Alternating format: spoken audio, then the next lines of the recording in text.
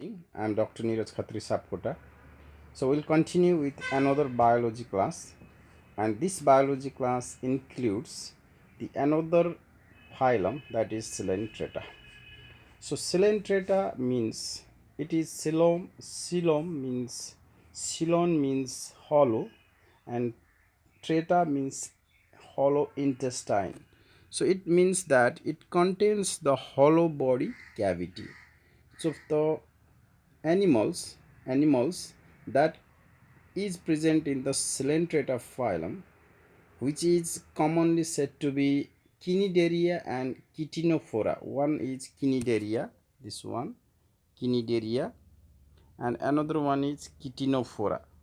So Cnidaria and Chitinophora, this Cnidaria and Chitinophora are two phyla that is included in this Coelenterata, means the animal that contains the hollow body cavity. You can see this is hollow. This is just a space, right? So this animal is present in the sea. So it is aquatic and marine. Aquatic means it lives in water, but what sort of water? The water is marine. So this Coelenteron, they are either lives alone, sessile, or some can lives in more than two groups. So they are said to be colonial. So colonization as well as sessile types of Coelenteron are present in the marine or aquatic habitat. If you see the body structure of this Coelenteron, then they are actually radially symmetrical. That means you can make the body of this Coelenteron equally to half from any part that you dissect. So they are radially symmetrical. If you see the actual cell layer, then there are two cell layer present in the Coelenteron. One is this ectoderm and another one is epidermis. So ectodermis or epidermis also we can say, or endodermis, and another name is gastrodermis. So between the endodermis or gastrodermis and ectodermis or epidermis, there is a ocellular space which is simply a skeleton which does not have any cell, and that cavity or that layer which is between the ectodermis and endodermis is said to be mesoglia. MESOGLEA, mesoglia. Respiratory system and other excretory system, actual excretory system are absent, but you can see some nerve nets are there present in the Coelenteron. Okay, so the mode of feeding is through the gastrozoic mode of feeding.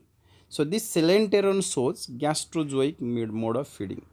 It has got a single mouth, but there is no actual anus. So this mouth work both as the food entry gate, as well as it will just release the unwasted or wasted particles. Similarly, it has got a thread like structure which are known as tentacles, and these tentacles, they helps to collect the food, and then it will collect and bring it to the mouth region. So they are more sensible to bring, and they also helps to protect this organism from the predators, from the enemy. Along with this, if you see the condition of this cell, this Coelenteron, they are diploblastics, and overall their reproductive stage are either asexual or sexual. The sexual one are actually the sessile. They are not fixed to a particular substrate. That means they will be fixed in a particular substrate. but others are free living. For example, other are free living and their mouth is getting downhead downward, and they are known as medusa.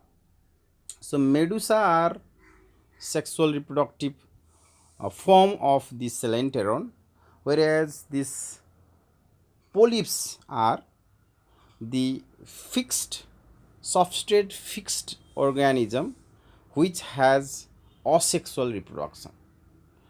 And all other things, they are simple, they are multicellular organism. And this coelenteron has three classes, namely hydrozoa, scyphozoa, and anthozoa. So this is the simplest overview of the body of the coelenterata. We'll continue with its classes and the reproductive features that is exhibit while going through its life cycle. So actually they are forming two form. That's why we say this coelenteron poses polymorphism. Polymorphism means have two or more than two forms. Actually in coelenterata, normally